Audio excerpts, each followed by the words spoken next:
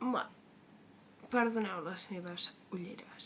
És que és la 1:27 del matí i estava jo pensant en el Pare Goriot de Balzac.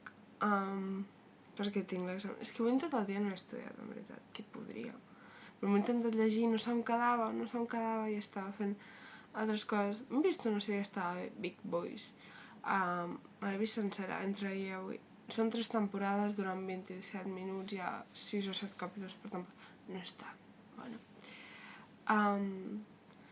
Però això, el Pare Goriot de Balzac. Aquest és com la gran obra de Balzac que ens havíem de llegir, que és un dels capítols que va estar dins de la Comèdia Humana, que diria que és el segon, que segueix a un estudiant de dret, diria, que entra com en l'aristocràcia gràcies a la Delfín, que la Delfín és una de les filles del Pare Goriot, que n'hi ha 2, i són éssers repugnants, que ara us explico per què, que quan aquest estudiant entra dins d'aquest món sonor de tota la corrupció i com de podrit està per dins tota aquesta èlit i veu com de fotuda en veritat és la societat i quanta pena fa en veritat ser humà quan ser humà vol dir haver de conviure amb aquest tipus de gent. Vale. És que he buscat el nom perquè mai me'n recordo. L'Eugène de Rastignac, això és l'estudiant de dret. I després el Jean Joachim Goriot i després el Vautrin, que és un ésser... Bueno, la història comença perquè hi ha una pensió que la porta la senyora Vautrin, que és una pensió que va gent, molt poca gent en veritat, encara que al principi sembla que n'hi hagi molta, però és un joc de contradiccions que es porta a Balzac. Es veu en diferents moments a l'obra, durant tota la Comèdia Humana inclús. I segueix a Goriot, que Goriot és un home que es va enriquir gràcies a un negoci fraudulent amb la farina. I ell sacrifica tota la seva fortuna per les seves filles. Però al final les seves filles el deixen a banda i el deixen morir-se sol i agonitzant i passen d'ell i els és igual i de fet a l'últim moment d'ell és quan li diu a l'estudiant tu i jo lluitarem, tu i jo, i és com, o sigui, l'han deixat sol, han deixat de ser un pare sol i el que ho va sacrificar tot per elles.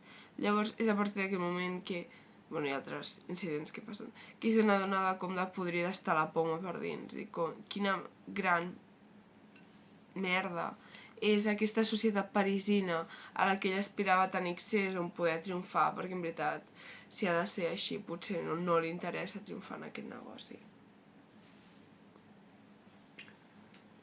De fet, ens ha deixat a banda de les temàtiques socials i econòmiques, perquè es veu molt bé com funciona, com és de fàcil la vida quan tens diners, com és el retrat social dels que no tenen diners, els que han d'amagar el seu passat criminal, els que són discriminats, la gent com se les inventa totes per poder sobreviure a un mercat que cada vegada és més voraç i cada vegada vol més diners i més de tu i et sents un esclau i t'aliena i de cop en sec sorgeixen personatges que són o investigadors o escriptors o gent que segueix i surt la idea inclús del flaner, però això es veu més endavant amb la literatura, que el flaner era algú que es dedicava a vagar, a mirar, a observar i és com, o sigui, estem observant com literalment és la punyetera decadència de la nostra societat i no estem fent res per impedir-ho i Balzac et posiciona en aquesta condició humana de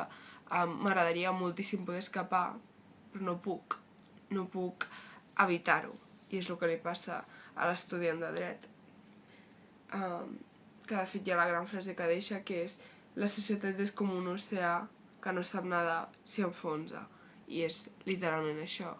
Et demostra que les persones podem intentar, algunes, ser bones, fer el que ens toca, però inclús si ho analitzem fredament, el propi estudiant el que volia era triomfar, volia l'èxit. En un primer moment era com egoista, narcisista, perquè sap que hi havia altra gent que sí que ho està passant molt malament i el podria ajudar, i al final no pot fer res. i se n'adona, i gràcies a això que se n'adona és com la reflexió que fa tota la novel·la.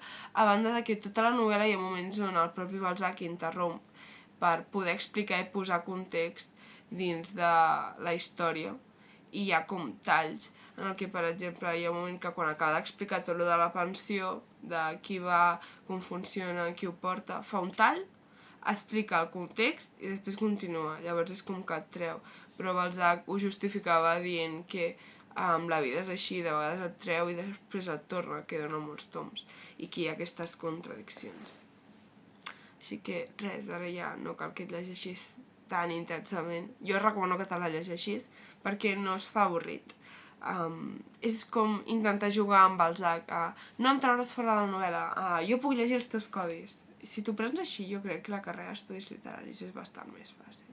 Segur. Bona nit. Com a molt, si no puc dormir, us explicaré el carnatge. I ja està.